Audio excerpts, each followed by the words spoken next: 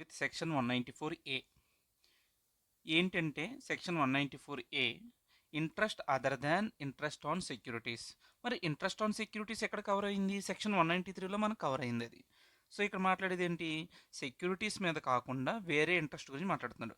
Securities మీద అంటే ఏం మాట్లాడుకున్నాం? డివెంచర్స్ మీద లేదంటే బాండ్స్ మీద ఇచ్చేది ఇంట్రెస్ట్ ఆన్ సెక్యూరిటీస్ అంటాం. మరి అది కాకుండా ఇంకేముంటాయంటే మార్కెట్లో ఫిక్స్డ్ డిపాజిట్స్ మీద ఇంట్రెస్ట్ ఇస్తాడు, అలాగే సేవింగ్స్ బ్యాంక్ మీద ఇంట్రెస్ట్ ఇస్తాడు, లోన్స్ మీద ఇంట్రెస్ట్ ఇస్తాడు, ఇంకా రకరకాల ఇంట్రెస్ట్లు ఉంటాయి. ఓకే, ఇవన్నీ ఈ సెక్షన్ 194ఏలో కవర్ అవుతుంది. సెక్షన్ 194ఏ కొంచెం ఇంపార్టెంట్ అనిపిస్తుంది నాకైతే. నెక్స్ట్ ఏంటంటే కథలోకి వస్తే, any person other than individual or HUF. Individual HUF కాకుండా ఆధార్ దాన్ అంటే ఎవరు వస్తారు? మిగిలిన అందరూ వస్తారు. ఫార్మ్, కంపెనీ, ఎల్ఎల్పి, ఇంకన్నీ వాళ్ళందరూ కూడా పేయర్ అంటాము. వీళ్ళు పేయర్ పొజిషన్లో ఉండి ఎవరికైనా ఇంట్రెస్ట్ గట్ట పే చేస్తే వాళ్ళు టీడీఎస్ డిడక్ట్ చేయాలి. ఎంత? 10% డిడక్ట్ చేయాలి. ఎవరి గురించి మాట్లాడాను? ఆధార్ దాన్ ఇండివిజువల్ ఆర్ హెచ్యుఎఫ్. అంటే ఆధార్ దాన్ అంటే ఎవరు రావచ్చో చూద్దాం. ఇక్కడ బ్యాంక్స్ రావచ్చు, కోఆపరేటివ్ బ్యాంక్స్ రావచ్చు, పోస్ట్ ఆఫీస్ వాళ్ళు కూడా రావచ్చు. వీళ్ళ దగ్గర డిపాజిట్ చేసిన వాళ్ళకి ఇంట్రెస్ట్ పే చేయాలి కదా. డబ్బులు వీళ్ళ దగ్గర డిపాజిట్ చేసిన వాళ్ళకి ఇంట్రెస్ట్ పే చేయాలి. ఇంట్రెస్ట్ అనేది ఒకవేళ మోర్ దాన్ 40,000 ఉంటే వాళ్ళు టీడీఎస్ డిడక్ట్ చేయాలి. అప్ టు 40,000 అన్నది థ్రెషోల్డ్ లిమిట్. అక్కడ వరకు వాళ్ళు టీడీఎస్ డిడక్ట్ చేయాల్సిన అవసరం లేదు. అలాగే 50,000 ఎవరికి? సీనియర్ సిటిజన్స్కి. రెసిడెంట్ సీనియర్ సిటిజన్స్కి ఎంత లిమిట్ ఇచ్చాడు? 50,000 ఇచ్చాడు. Up to these particular points they don't need to deduct TDS while giving to their customers. But ఒకవేళ సేవింగ్స్ బ్యాంక్ మీద కనుక, నాకు ఇప్పుడు సేవింగ్స్ బ్యాంక్ ఉందండి, దాని మీద ఇంట్రెస్ట్ ఎంత వచ్చింది? 60,000 వచ్చింది. అప్పుడు దాని మీద టీడీఎస్ డిడక్ట్ చేయొచ్చు అంటే చెయ్యకూడదు. సేవింగ్స్ బ్యాంక్ మీద టీడీఎస్ అనేది డిడక్ట్ చేయకూడదు. Okay, next others. వీళ్ళు కాకుండా వేరేవి ఏం రావచ్చు అంటే, నేను ఉత్తేజను కదా, నేను నా ఫ్రెండ్ మురళీ గారికి లోన్ ఇచ్చా. లోన్ మీద వాడు ఏమిస్తాడు? నాకు ఇంట్రెస్ట్ ఇస్తాడు. ఈ ఇంట్రెస్ట్లు కూడా ఇందులోనే కవర్ అవుతాయి. అదర్స్ అవి కనుక ఎంత? 5,000.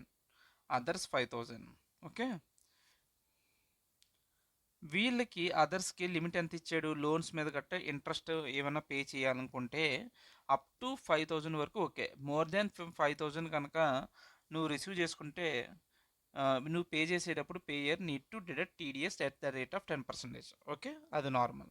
ఇప్పుడు ఇంకోటి ఇంపార్టెంట్ ఏంటంటే, ఇప్పుడు ఒకవేళ మరి అదర్ దాన్ ఇండివిజువల్ హెచ్ఈఎఫ్ అన్నావు కదా, మరి ఇండివిజువల్ హెచ్ఈఎఫ్కి ఏం కవర్ అవుతుందంట? ఒకవేళ ఇండివిజువల్ కానీ హెచ్ఈఎఫ్ కానీ బిజినెస్ చేశారండి, ఆ బిజినెస్లో ఇన్వాల్వ్ అయినప్పుడు వాళ్ళ యొక్క total turn over more than 1 crore అయినప్పుడు వాళ్ళు TDS at the rate of 10% deduct చేయాలి. అలా కాకుండా ఈ ఇండివిజువల్ హెచ్యుఎఫ్ కనుక ఒక ప్రొఫెషన్ సెటప్ చేశారండి, డాక్టర్ బిజినెస్, ఒక హాస్పిటల్ పెట్టుకున్నారు, ఇట్స్ ప్రొఫెషన్ అనుకో, ఒక ప్రొఫెషన్ ద్వారా డబ్బులు సంపాదిస్తున్నారు. గ్రాసరీ సిఏ అనేది ఒక ప్రొఫెషనే కదా, దాని మీద సంపాదించిన డబ్బులు ఎంత అంటే గ్రాసరీ రిసిట్స్ 50 lakhs దాటే అనుకో, అప్పుడు టీడీఎస్ డిడక్ట్ చేయాలి. ఇప్పుడు ఈ లిమిట్ ఎప్పుడు చెక్ చేయాలి? ప్రీవియస్ ఇయర్కి చెక్ చేస్తాం. ప్రీవియస్ ఇయర్ కనుక ఆ లిమిట్స్ దాటకపోతే నో నీడ్. వాళ్ళ ప్రీవియస్ ఇయర్లో కనుక దాటితే వాళ్ళు టీడీఎస్ డిడక్ట్ చేయాలి. ఎంత? 10% డిడక్ట్ చేయాలి. Okay, up to hear done. So ఇప్పటి వరకు నేను మాట్లాడిందంతా ఈ పర్టికులర్ పాయింట్. ఓకే, ఇందులో ఏం లేదు. నెక్స్ట్ ఇంకా ఎడిషనల్ పాయింట్స్కి వెళ్దాం. ఎడిషనల్ పాయింట్స్లో ఇంపార్టెంట్ ఏంటంటే, first point, if bank opting core bank CBS core bank solutions then limit will not be per branch but per bank. ఏం చెప్పాలనుకుంటున్నాడు? ఒక బ్యాంక్ కనుక సిబిఎస్ అడాప్ట్ చేసుకుంటే వాళ్ళది బ్రాంచ్ లెవెల్లో చూడకూడదు, బ్యాంక్ లెవెల్లో చూడాలంట. ఏంటి వాడు చెప్పాలనుకుంటుందంటే, ఇప్పుడు ఫర్ ఎగ్జాంపుల్ ఎస్బీఐ అనేది ఒక బ్యాంక్ ఉంది.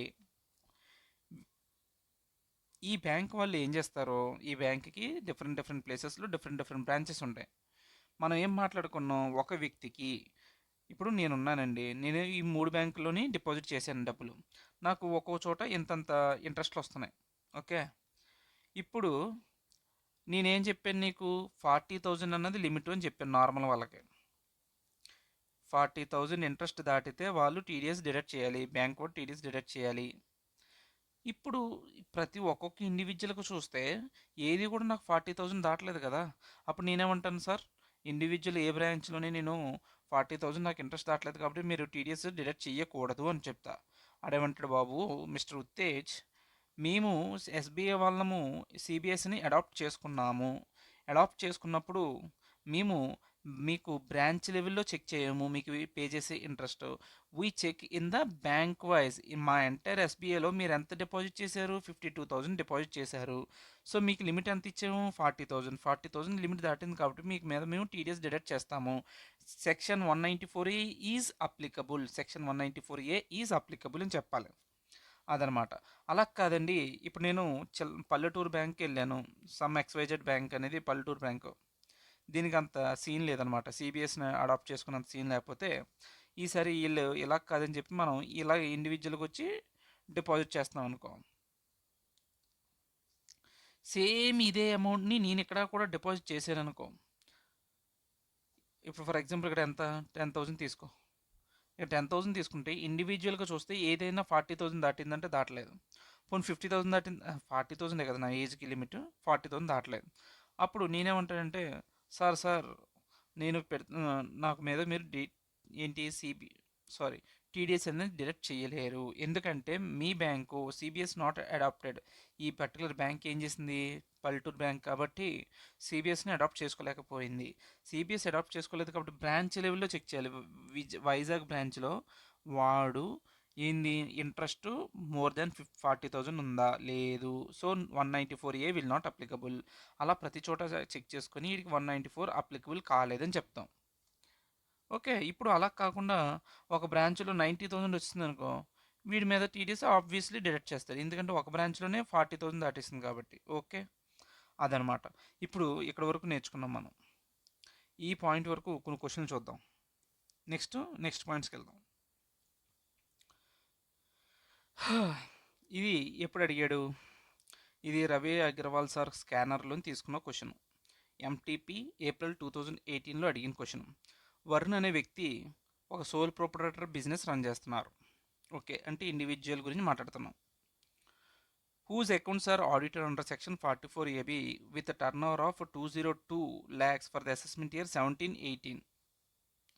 He also pays a rent for 10,000 for office premises. Shubham, owner of the building, and an individual. Besides, he also pays service charges of 6,000 per month to Mr. Shubham towards the use of the furniture and fixtures. నేను వేరే section చదవను. Only I will take section 194A content. Examine the liability of for tax TDS at source in respect of the previous year 2017-18. Previous year data ఇచ్చాడు. Previous ఇయర్లో TDS, ఇప్పుడు current ఇయర్లో ప్రీవియస్ ఇయర్కి ఏం చేయాలని అడుగుతున్నాడు. ఆడు ఏం చేశాడట, బిజినెస్ రన్ చేశాడంట. బిజినెస్ సోల్ ప్రొపరేటర్ అంటే individual or HUF whose run more business ద్వారా టర్న్ ఓవర్ కనుక 1 crore దాటితే వాడు టీడీఎస్ డిడక్ట్ చేయాలి. ఎంత, 202 lakhs మీద టీడీఎస్ 10% డిడక్ట్ చేయాలి. అదే చెప్తాం. 194A ఇండివిజువల్ హెచ్యుఎఫ్ ఎప్పుడైతే వాళ్ళ యొక్క టర్న్ ఓవర్ 1 crore దాటిందో they need to deduct TDS.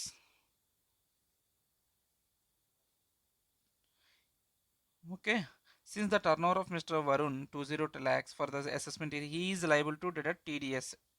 అంతే, మిగిలింది మనకి వేరే సెక్షన్ సంబంధించింది. అది మనం ఆ సెక్షన్కి వెళ్ళాక మాట్లాడుకుందాం. So this question is done.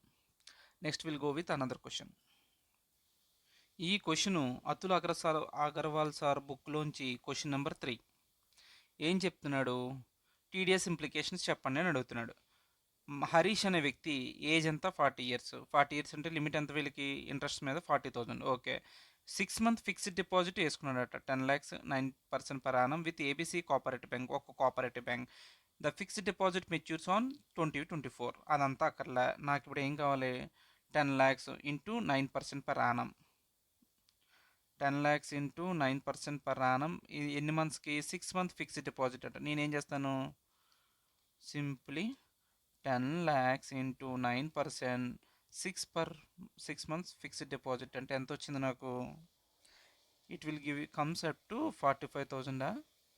45,000 వస్తుందంటే ఏంటి, వీడి ఏజ్ ఎంత, 40 years. అంటే 40,000 దాటింది కాబట్టి నువ్వు టీడీఎస్ డిడక్ట్ చేయాలి. ఎంత? 4,500 టీడీఎస్ అనేది డిడక్ట్ చేయాలి. Okay, done. నెక్స్ట్ గణేష్ అనేవాళ్ళు age 45 years, made 9 month fixed deposits. ఎన్ని డిపాజిట్స్ చేశారు వీళ్ళు? త్రీ డిపాజిట్ చేశారట. 3 డిపాజిట్స్, ఏది కూడా ఒక్కొక్కటి ఫిక్స్డ్ డిపాజిట్స్. ఎన్ని? 9 మంత్స్ ఫిక్స్డ్ డిపాజిట్స్ చేశారు. 3 lakh each, carrying interest 9% with Dwarka branch, Janakpuri, Rohini branch. ఓహోహో, ఓకే ఓకే ఓకే, అర్థమైంది ఇది నాకు. ఇప్పుడు మొత్తం 3 డిపాజిట్స్ చేశారండి వీళ్ళు. 1, 2, 3. ఒకటి ఎక్కడ వేశారు? ద్వారకా బ్రాంచ్లో వేశారట. ఇంకోటి జనకపూరి బ్రాంచ్, జనకపూరి. ఇంకోటి ఎక్కడ? రోహిణి బ్రాంచ్. ఇలా 3 బ్రాంచెస్లో 3 వేశారు.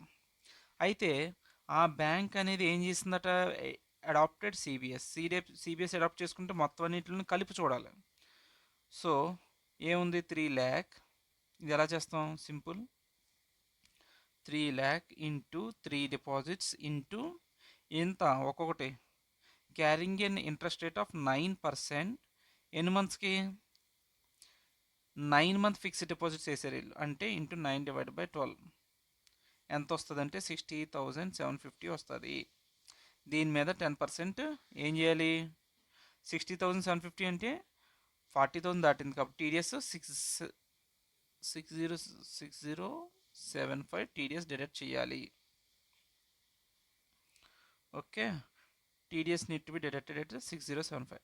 Next Rajesh, aged 40 years, started a 6 months recurring deposit 2 lakh per month, 8% per annum with PQR bank. The recurring deposit matures on 31st March 2024 with interest of 28,000. ఆ డైరెక్ట్గా చెప్పాడా? మెచ్యూర్ అయ్యే టైంకి ఇంట్రెస్ట్ ఎంత వస్తుందట? 28,000 వస్తుందంట. 40 ఇయర్స్ ఇవ్వడు అంటే 40,000 దాటలేదు కాబట్టి there is no need to deduct TDS. No tax has to be deducted. That's it. Next ఇంక వేరే పాయింట్స్ చూద్దామా? స్పెసిఫిక్గా కొన్ని పాయింట్స్ చెప్తాను, దాని మీద క్వశ్చన్ చేద్దాం, దాని తర్వాత కంప్లీట్గా చేసుకోవచ్చు. నో టీడీఎస్ ఏం చెప్తున్నాడు? నో టీడీఎస్ అట. 1 second. ఓకే, చూడు ఇప్పుడు. No TDS if interest on savings bank account మీద మనకి ఏమైనా ఇంట్రెస్ట్ వస్తే దాని మీద నో టీడీఎస్. అలాగే interest paid by special purpose vehicle to business trust.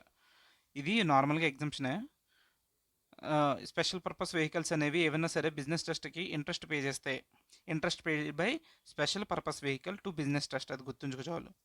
Next ఏంటి? Interest paid by firm to partners. ఒక ఫర్ము వాళ్ళ పార్ట్నర్స్కి ఇంట్రెస్ట్ పే చేస్తే టీడీఎస్ అక్కర్లేదు. అది ఎందులో కవర్ అయింది? సెక్షన్ 194Tలో కవర్ అయింది. మరి ఇప్పుడు నేను ఒక క్వశ్చన్ అడుగుతాను, చెప్పు. పార్ట్నర్స్ అన్నావు. ఇప్పుడు నాదొక ఫర్మ్ ఉందండి. ఆ ఫర్మ్లో ఫారినర్ కూడా ఉన్నాడు. ఇప్పుడు నాదొక ఫర్మ్. ఈ ఫర్మ్లో 2 ఉన్నారు. రెసిడెంట్ ఉన్నాడు, నాన్ రెసిడెంట్ ఉన్నాడు. రెసిడెంట్కి ఇంట్రెస్ట్ పే చేస్తే దాన్ని నో టీడీఎస్ అన్నాడు. No TDS. మరి నాన్ రెసిడెంట్కి నువ్వు ఇంట్రెస్ట్ పే చేస్తున్నావు కదా, ఫర్మ్ ఇంట్రెస్ట్ పే చేస్తుంది, దీని మీద టీడీఎస్ డిడక్ట్ చేయాలో చేయక్కర్లేదా? అంటే టీడీఎస్ డిడక్ట్ చేయాలి. నాన్ రెసిడెంట్కి అయితే టీడీఎస్ డిడక్ట్ చేయాలి అన్నది ఉంటుంది concept. Next interest on tax refund. Tax ఏమన్నా రీఫండ్ వచ్చినప్పుడు దాని మీద interest on tax refund, no TDS. Interest paid to any bank or insurance company, no TDS. ఇప్పుడు ఇదేంటి? ఇది ఒక ఫర్ము. ఈ ఫర్ము ఒక బ్యాంక్కి ఇంట్రెస్ట్ పే చేస్తుంది. ఇప్పుడు దాని మీద టీడీఎస్ ఉంటుందా ఉండదంటే నో టీడీఎస్. ఓకే. అదే ఇప్పుడు ఇదే బ్యాంకు ఒక ఫారిన్ బ్రాంచ్, ఇప్పుడు ఏంటంటే ఇది ఫర్మరా, ఒక ఫారిన్ది ఒక బ్యాంక్ ఉంది ఇండియాలో, ఫారిన్ బ్యాంక్ సంబంధించిన ఒక బ్రాంచ్ ఇండియాలో ఉంటే వీళ్ళ ఈ బ్రాంచ్కి నేను ఏం చేస్తున్నాను? ఇంట్రెస్ట్ పే చేస్తాను. ఇప్పుడు నీ టీడీఎస్ కట్ చేయాలా అక్కర్లేదంటే నార్మల్గా అంత ఆలోచించుకో. ఒక బ్యాంక్కి టీడీఎస్, ఏ బ్యాంక్ అయినా సరే, ఈవెన్ ఒక బ్రాంచ్, ఫారినర్ ఒక బ్యాంకు ఇండియాలో ఉంటే అది కూడా ఒక కైండ్ ఆఫ్ బ్రాంచే కదా. వీళ్ళకి బ్యాంకింగ్ రెగ్యులేషన్స్ యాక్ట్ అప్లికబుల్ అవుతుంది. So even it is a foreign branch, దాది కూడా బ్యాంకింగ్ రెగ్యులేషన్లోకి వస్తుంది. కాబట్టి ఇప్పుడు ఈ ఫర్మ్ ఏమన్నా ఇంట్రెస్ట్ పే చేస్తే no need to deduct TDS. Okay, ఇంకేమైనా ఉందా? ఒక్కసారి interest paid by cooperative society to its members or any other cooperative society. ఒక కోఆపరేటివ్ సొసైటీ వాళ్ళ మెంబర్స్కి ఏమైనా ఇంట్రెస్ట్ పే చేసినా, లేదంటే వేరే కోఆపరేటివ్ సొసైటీకి ఏమైనా ఇంట్రెస్ట్ పే చేసినా సరే no need to deduct TDS. Okay, next interest on compensation amount awarded by motor accident claim tribunal. ఏమైనా ఇప్పుడు ఏంది, యాక్సిడెంట్ జరిగి కాంపెన్సేషన్ అమౌంట్ వస్తుంది కదా మనకి, యాక్సిడెంట్ అయినప్పుడు మనకు కాంపెన్సేషన్ అమౌంట్ వస్తుంది. దాని మీద అది డిలే అవ్వడం వల్ల మనకి ఏమైనా ఇంట్రెస్ట్ వస్తుంది అనుకో, interest on compensation amount awarded by motor accident claim tribunal ప్రకారం వస్తే అది కూడా ఎగ్జెంప్టెడ్. ఇఫ్ ఒకవేళ కనుక 50,000 ఎక్సీడ్ అయితే అప్పుడు మాత్రం టీడీఎస్ డిడక్ట్ చేయాలి. అప్పుడు కూడా ఎలా డిడక్ట్ చేయాలి? Shall be made only at the time of payment and not credited. ఇప్పుడు నీకు ఏమంటాడు? యు ఆర్ ఎలిజిబుల్ అంటాడు ఫస్ట్, బట్ మనకు పేమెంట్ వెంటనే ఇస్తాడా? ఇవ్వడు. ఎప్పుడైతే మనం పేమెంట్ రిసీవ్ చేసుకుంటున్నామో అప్పుడే టీడీఎస్ డిడక్ట్ చేయాలి. ఎప్పుడు డిడక్ట్ చేస్తావు? ఎప్పుడైతే 50,000 దాటుతుందో ఇంట్రెస్ట్ అనేది, అదే ఈ మోటార్ యాక్సిడెంట్ క్లెయిమ్ 50,000 దాటితే అప్పుడు ఇంట్రెస్ట్, అప్పుడు టీడీఎస్ డిడక్ట్ అవుతుంది. అప్పటి వరకు no TDS will be deducted. Interest on FD made in the name of registrar general of court. ఒక fixed deposit registrar general of court అనే పేరు మీద మనం ఏమైనా ఎఫ్డి వేస్తే అది దాని మీద no TDS. Interest is credited by bank to provisioning account on daily monthly basis for macro monitoring only by use of CBS software. దీని అర్థం ఏంటంటే చెప్తాను చూడు. ఏం లేదు, ఇప్పుడు బ్యాంక్స్ అనేవి ఏం చేస్తాయి, మనకి ఇంట్రెస్ట్ పే చేస్తాయి. ఇప్పుడు ఫర్ ఎగ్జాంపుల్ నాకు ఇయర్లీ ఒకసారి పే చేస్తుంది ఇంట్రెస్ట్. ఎంత పే చేస్తుంది? 60,000 పే చేస్తుంది ఇయర్కి ఒకసారి ఇంట్రెస్ట్. అయితే వాడు బట్ ఇయర్కి ఒక్కసారి 60,000 అయితే పర్ డే ఎంత అవుతుంది ఇంట్రెస్ట్? పర్ వీక్ ఎంత అవుతుంది? పర్ మంత్ ఎంత అవుద్ది? వీక్లీ, డైలీ, మంత్లీ ఎంత అవుతుందో సిస్టము సిబిఎస్ సాఫ్ట్వేర్ ఉంటుంది కాబట్టి సిస్టమ్ ఆటోమేటిక్గా ఒక పెర్ డేకి ఇంత రావాలి, ఇంట్రెస్ట్ ఇంత రావాలని చెప్పి అది ప్రొవిజన్ క్రియేట్ చేసుకుంటూ ఉంటుంది. అది మనకి ఒకేసారి లంసంగా కనబడుతుంది. ఇప్పుడు ఏమంటున్నాడంటే ఈ ప్రొవిజన్ క్రియేట్ చేసినప్పుడు టీడీఎస్ డిడక్ట్ చేయాలని అడుగుతున్నాడు క్వశ్చన్. తప్పు కదా, అలా ఎలా చేస్తాం? చెయ్యం. అదే చెప్తున్నాడు ఇక్కడ, డిస్కషన్ అంతా అదే. Interest is credited by bank to provisioning account on daily monthly basis for macro monitoring only by use of CBS software. When credited to bank account then only it should be deducted. ఎప్పుడైతే మన bank అకౌంట్లో credit అవుతుందో అప్పుడు మాత్రమే deduct చేయాలి. అప్పటి వరకు no need to deduct. Okay, next ఒక interest paid by a schedule bank located in specified area to a member of schedule tribe residing in a specified area and and ఇదేంటిది and aggregate payment during the previous year does not exceed 20 lakhs. దాని అర్థం ఏంటంటే ఇప్పుడు కొంతమంది ఆదివాసులు ఉంటారు కదా, specified ఏరియాలో స్పెసిఫైడ్ షెడ్యూల్డ్ ట్రైబ్ ఉంటారు. ఆ ట్రైబ్లో ఉన్న వాళ్ళు ఎవరైనా ఫిక్స్డ్ డిపాజిట్లు గట్ట ఏమన్నా బ్యాంక్లో ఆ స్పెసిఫైడ్ ఏరియాలో ఉన్న షెడ్యూల్డ్ బ్యాంక్లో, చూడు మళ్ళీ చెప్తున్నాను, ఒక షెడ్యూల్ ట్రైబ్ అనేది ఉంది. వాళ్ళు ఆ షెడ్యూల్ ట్రైబ్ సంబంధించిన ఒక బ్యాంక్ అకౌంట్లో ఏం చేస్తున్నారు? మనీ అనేది డిపాజిట్ చేసుకున్నారు. ఓకే, ఆ డిపాజిట్ చేసుకున్న దాని మీద ఇంట్రెస్ట్ అనేది వస్తుంది కదా. అది ఒకవేళ 20 lakhs ఎక్సీడ్ అయితే 20 lakhs ఎక్సీడ్ అవ్వనంత వరకు they can claim A they know need to deduct TDS. అది ఒకవేళ వాళ్ళ షెడ్యూల్డ్ ట్రైబ్ వాళ్ళు షెడ్యూల్డ్ బ్యాంక్లో అది స్పెసిఫైడ్ ఏరియాలో ఇన్వెస్ట్ చేసినప్పుడు ఇంట్రెస్ట్ కనుక 20 lakhs ఎక్సీడ్ అయితే అప్పుడు టీడీఎస్ కట్ చేస్తాడు. అప్పటి వరకు నో టీడీఎస్. 20 lakhs ఇచ్చారు వాళ్ళకి లిమిట్. ఓకే, అంటే వాళ్ళు అలాగూ పెట్టరు కదా అంతంతా. సో అదనమాట వాళ్ళ కాన్సెప్ట్. ఓకే, ఇప్పుడు మనం క్వశ్చన్లు స్పెసిఫిక్గా కొన్ని ఏరియాస్ని టార్గెట్ చేద్దాం. ఇది ఇది ఇది okay, first interest paid by firm to partners covered under section. నార్మల్గా ఏం చదువుకున్నాం, ఒక ఫర్ము అందులో ఉన్న పార్ట్నర్స్ కనుక ఇంట్రెస్ట్ పే చేస్తే ట్యాక్స్ అక్కర్లేదు. బట్ ఒక ఫారినర్కి ఇంట్రెస్ట్ పే చేస్తే మాత్రం ట్యాక్స్ డిడక్ట్ చేయాలి అండర్ సెక్షన్ 195. ఓకే, ఆ తర్వాత ఇది కూడా చూడు, ఏది ఈ point, interest paid to any bank or insurance company. నార్మల్గా ఎవడైనా సరే ఒక బ్యాంక్కి కానీ ఇన్సూరెన్స్ కంపెనీకి కానీ ఇంట్రెస్ట్ పే చేస్తే దాని మీద టీడీఎస్ ఉండదు. ఓకే, అదొకసారి చూద్దామా. చూడు ఇది ఓల్డ్ స్టడీ మెటీరియల్ క్వశ్చన్ అంటే ఇది. ఏమంటే చెప్తున్నాడు వీడు, examine whether the tax has to be deducted at source under the provisions of the income tax act 1961. Jeva a company, Jeva and Co., a partnership firm, pays a sum of 43,000 as interest on loan borrowed from an Indian branch of a foreign bank. ఒక firm అనేది ఏం చేస్తుంది, బ్యాంక్కి interest pay చేస్తుంది. కాకపోతే ఇక్కడ నీకు twist ఏంటంటే అది ఫారిన్ బ్యాంక్ అంటాడు. ఫారిన్ బ్యాంక్ యొక్క బ్రాంచు, ఈవెన్ ఫారిన్ బ్యాంక్ యొక్క బ్రాంచ్ అయినా సరే ఇండియాలో ఉన్నప్పుడు ఇండియన్ ఆర్బీఐ రెగ్యులేషన్ యాక్ట్ కింద కవర్ అవుతుంది. సో నువ్వు ఆ కన్ఫ్యూజన్ ఏమి అక్కర్లే. ఒక ఫర్ము ఒక బ్యాంక్కి ఇంట్రెస్ట్ పే చేస్తే there is no need to deduct TDS అని ఇప్పుడే కదా నేర్చుకున్నాం, అంతే. It specifically excludes income created or paid in banking company in which banking regulation applies. ఈ వీళ్ళకి కూడా బ్యాంకింగ్ రెగ్యులేషన్ అనేది అప్లై అవుతుంది. ఈవెన్ ఫారిన్ బ్యాంకు అది బ్రాంచ్ ఆఫ్ ఇండియన్ బ్రాంచ్ అయినా సరే అది కూడా బ్యాంక్ రెగ్యులేషన్ యాక్ట్ కింద కవర్ అవుతుంది. Therefore interest on bank such bank will not attract TDS. Consequently, no tax is required to be deducted at source under section 194A. Interest of 43,000 paid by Mrs. Jeva and Co., a partnership firm, on loan borrowed from an Indian branch of a foreign bank. Story ఏంటి, నువ్వు TDS deduct చేయక్కర్లేదు అంతే. No tax is required to be deducted. Jeva and co on interest of 40,000 paid by Jeva and co. ఒక loan తీసుకున్నావు, ఆ లోన్కి నువ్వు interest pay చేస్తున్నావు, దాని మీద నువ్వు టీడీఎస్ డిడక్ట్ చేయాల్సిన అవసరం ఏమీ లేదు. Okay, next. Above firm has paid 42,000 and interest on capital to partner A. ఒక ఫర్ము వాళ్ళ పార్ట్నర్స్కి ఇంట్రెస్ట్ పే చేస్తే no need to deduct TDS. Okay, అలాగే వీడెవడు ఏ అనేవాడు రెసిడెంట్, బట్ ఒక నాన్ రెసిడెంట్ బి అనేవాడు నాన్ రెసిడెంట్కి 44,000 పే చేస్తున్నాడు. 42,000 మీద టీడీఎస్ అక్కర్లేదు, 44,000 మీద టీడీఎస్ ఉంటుంది, అంతే ఆన్సర్. ఇక్కడ ఏం చెప్తున్నాడు, no tax is required to be deducted at source under section 194A on capital 42,000 paid by firm to mister A resident partner. Okay, next section 195 వెళ్తే మళ్ళీ సెక్షన్ 195 ఎవరికి, నాన్ రెసిడెంట్కి అప్లికబుల్ అవుతుంది.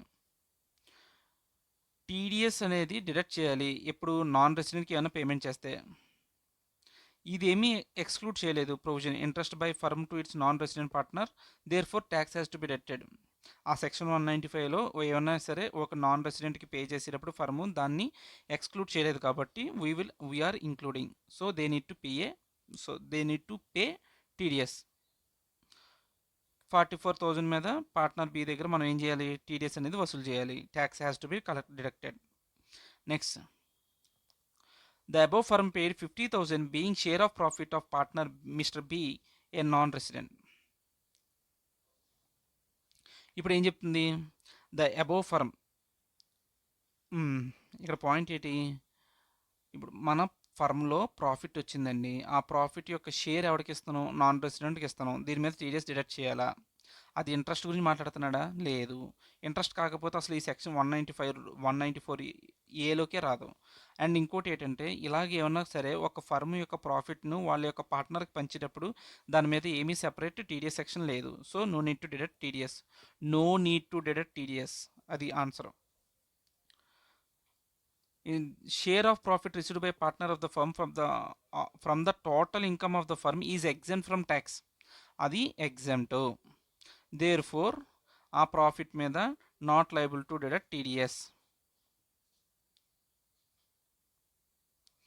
Weather or not chargeable TDS a foreign company shall be required to furnish.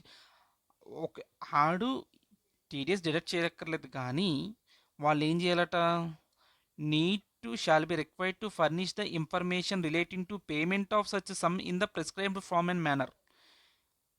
Information మాత్రం provide చేయాలి. ఎవరు, the person responsible for paying, ఎవడైతే pay చేస్తున్నాడో వాడు ఆ ఇన్ఫర్మేషన్ మాత్రం shawl be required to furnish the information, వాళ్ళు ఆ ఇన్ఫర్మేషన్ని ఫర్నిష్ చేయాలి. ఓకే, బాగా సాధిస్తున్నానా. ఇప్పుడు చేసిన question number 46 Atul Agarwal sir బుక్లో కూడా కవర్ అయిపోయింది మనకి, సేమ్ ఇదే క్వశ్చన్. ఏదైతే చేసామో సేమ్ అదే, no need to repeat. Next ఈ పాయింట్ మీద చూద్దాం. Interest on FD made in the name of registrar general of court. అంటే వేరే వాళ్ళ పేరు మీద ఎఫ్డి, అంటే ఎవరు, గవర్నమెంట్ సంబంధించిన వాళ్ళు అనమాట వీళ్ళు, రిజిస్ట్రార్ జనరల్ ఆఫ్ కోర్ట్. అంతే కదా, కోర్టు ఇవన్నీ గవర్నమెంట్ సంబంధించినవి కాబట్టి వాళ్ళకి సంబంధించిన వాళ్ళ మీద ఏమైనా ఎఫ్డి చేసినప్పుడు వాటి మీద ఇంట్రెస్ట్ అనేది ఇంట్రెస్ట్ వచ్చినప్పుడు ఆ ఇంట్రెస్ట్ మీద నువ్వు టీడీఎస్ డిడక్ట్ చేయకూడదు. ఓకే, ఒకసారి చూద్దామా. Examine the applicability of TDS అని అడుగుతున్నాడు. ఏది ఫస్ట్ థర్డ్ పాయింట్ చూడు. Registrar general of honourable high court of Delhi has made A fixed deposit of 100 lakhs with a nationalised bank out of money deposited by litigations on directions of court. కోర్టుకు వచ్చిన litigations మీద వచ్చిన అమౌంట్ని ఇది ఎట్టుకెళ్ళి ఏం చేసింది, ఈ కోర్టు బ్యాంక్లో ఫిక్స్డ్ డిపాజిట్ చేసింది. ఇప్పుడు is section 194A applicable in respect of interest on fixed deposits in the name of registrar general of high court అని అడుగుతున్నాడు. బాబు, గవర్నమెంట్ కోర్టుతో చలగటాలొద్దు, అన్ని నువ్వు టీడీఎస్ అడగకూడదు. Payee, the expression payee under section 194A would mean the recipient of income whose account is maintained by the person paying the interest. Registrar General is neither recipient of the amount credited to his account nor to interest accruing thereon. Therefore, he cannot be considered as payee for the purpose of section 194A. ఏమన్నారా అసలు, ఏమంటున్నాడు? Payee అంటే ఎవడట, ఎవడైతే receive చేసుకుంటాడో వాడు payee అవుతాడు. Person paying interest whose account is maintain by the person paying the interest. Interest ఎవడైతే pay చేస్తున్నాడో ఆడంట. సోదిగాడు, simple రా. మనం చదువుకున్న దాని ప్రకారం అసలు వీటికి టీడీఎస్ అనేది అప్లికబుల్ కాదు. ఫస్ట్ ఆఫ్ ఆల్ ఆడు చెప్పే సోదేంటి బాబు, పేయీ అన్న పదానికి అర్థం చెప్తున్నాడు. ఏంటి, ఎవడదైతే అకౌంట్ వాడు మెయింటైన్ చేసుకుంటాడో వాడు పేయీ అంట. Whose account is maintain by the person paying interest, వాడు పేయీ అవుతాడు. వీడిది ఈ వీడి అకౌంట్ వీడు మెయింటైన్ చేసుకుంటలేదు కాబట్టి the registrar is neither recipient of the ఏంటి amount credited to his account nor interest accruing there on, దాని మీద ఇంట్రెస్ట్ ఏదో సో చెప్తున్నాడు. Therefore he cannot be considered. Interest on FDRs made in the name of the register general of court would thus not be subject to TDS under section 194A. Simple రా, 194A కింద ఎవరైనా సరే register interest is credited with bank to provisions, interest is credited on FDs in the name of register general of court అనేది exempt. అది ఒకటి రాసుకుంటే చాలు, ఇదంతా సోదిలే ఇచ్చాడు. Okay, next will go to next question. Same ఇందాక చదువుకున్న పాయింట్ మీద మళ్ళీ మహాబ్యాంక్ అనేది 20 crores fixed deposit accepted fixed deposits in the name of register general of high court. వాడు ఫిక్స్డ్ డిపాజిట్స్ మీద ఇంట్రెస్ట్ పే చేసేటప్పుడు టీడీఎస్ అనేది డిడక్ట్ చేయలేదు. Bank did not deduct TDS. అయితే దీని మీద అసెసింగ్ ఆఫీసరు నోటీస్ ఇష్యూ చేశాడు. ఏంటి, ఎవరికి, బ్యాంక్కి. ఎందుకు నీ మీద 201 డిఫాల్ట్ చేసావని నేను అనుకోకూడదు. 201A for not deducting TDS. నీ మీద 2 కేసులు వేస్తాను, 2011 2011A కింద. నువ్వు ఆన్సర్ చెప్పు అంటే, బాబు సింపుల్లీ టీడీఎస్ అనేది అప్లికబుల్ కాదు. ఎందుకంటే TDS on fixed deposits made in the name of the register general high court, no need to deduct TDS, అంతే. The credit by bank in the name of registered general code would thus not attract the provisions of the section 194A. Therefore, the bank is correct for is not deducting the interest accrued. Therefore, the bank is correct in not deducting TDS in the interest accrued. Bank point correct. No chesinde right to. Okay, simple. So, as discussed earlier, ఇది ఈ point మీద ఉన్నది question. ఏంట point, interest is credited by bank to provisioning account on daily monthly basis for macro monitoring only by use of CBS software. దాని మీద no need to deduct TDS. దాని మీద ఒక క్వశ్చన్ చూద్దామా. ఏం చేస్తున్నాడు, మాయా బ్యాంక్ అనేది 73,50,000 towards interest on the deposits in a separate account for macro monitoring. దేనికోసం అంటే మ్యాక్రో మానిటరింగ్, దగ్గరుండి మానిటర్ చేయడానికి పర్పస్. మ్యాక్రో మానిటరింగ్ అంటే అది కాదు కానీ మామూలుగా purposes by using CBS software. CBS software వాడి చేస్తుంది. ఏం చేస్తున్నాడు, అమౌంట్ అంతా ఒక సెపరేట్ అకౌంట్లోకి మార్చాడు టువర్డ్స్ ఇంట్రెస్ట్ అని చెప్పి.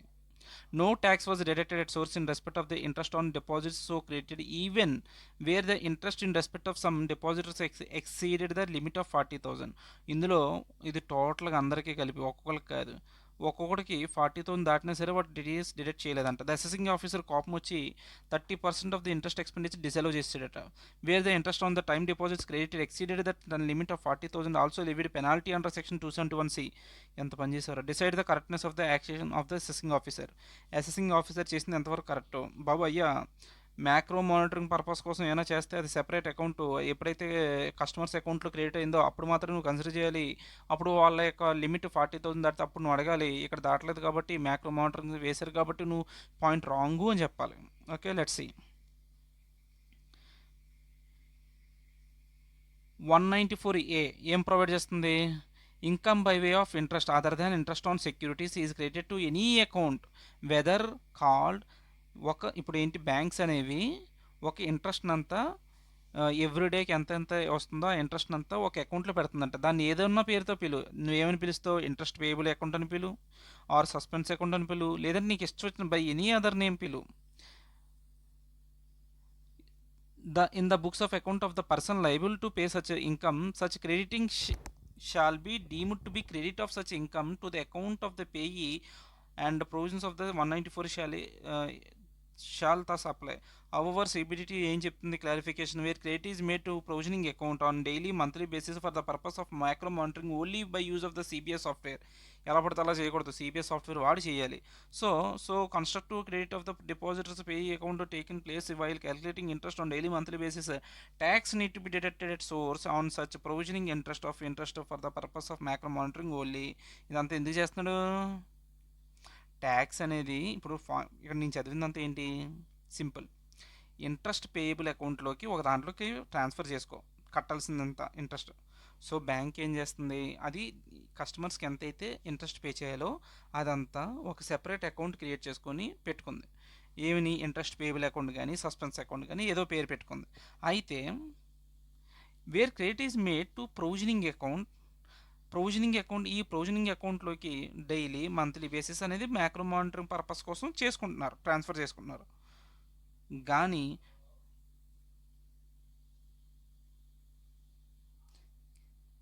ఇక్కడ ఏం చెప్తున్నారు, so constructive credit to the depositors payees account takes place while calculating the interest on monthly daily basis of CBS software used by banks.